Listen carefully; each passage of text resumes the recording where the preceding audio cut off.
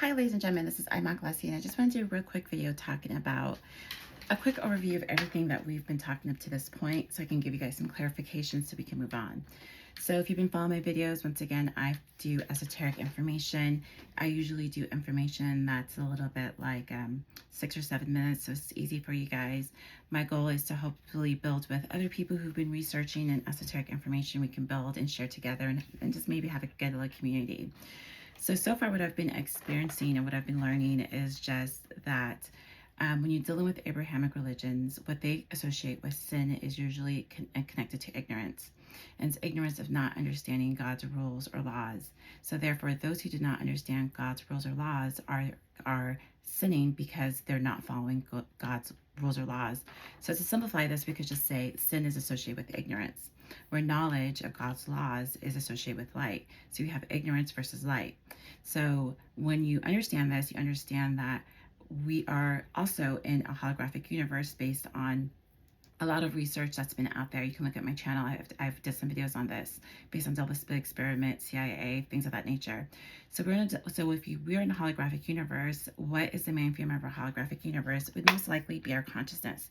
So our consciousness is right here, is the projection of our holographic universe. And the reason why it's our consciousness is because we're trying to learn from ourselves. So the holographic universe is connected from our innerverse. So whatever we have internal will be manifested externally. So therefore the holographic universe as we know it is a third dimensional reality that we're currently in. So this right now that we are talking to is a holographic universe.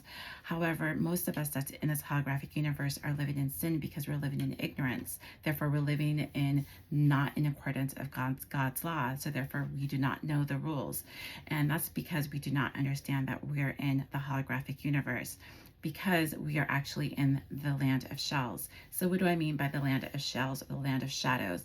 We're in the land of shadows because we have aspects of our consciousness that we do not want to face. So these aspects of our consciousness are associated to be known as the shadow. The shadow is known as ignorance because they're aspects of ourselves we don't want to face. So they become like, sometimes you could say like thought forms or demons or aspects because we don't want to face them. They become scary. We kind of demonize them. So what happens is in the holographic universe, if we have aspects that we don't want to face, that are ignorant, that are sinful, that we're not shedding light on, they will manifest in a holographic universe either as relationships.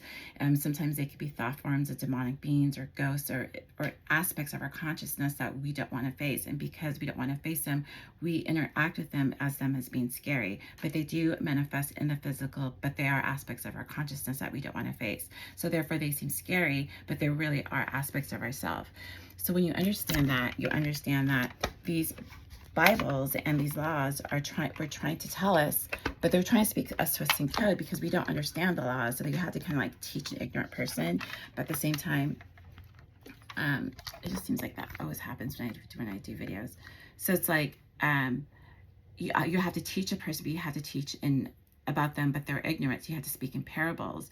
So that's why when you're dealing with the Bible, what I understand is the Old Testament are the gods, because in essence, we're lower forms of God. So we are in the image of God because we can create. So as above, so below, as God can create, so can we.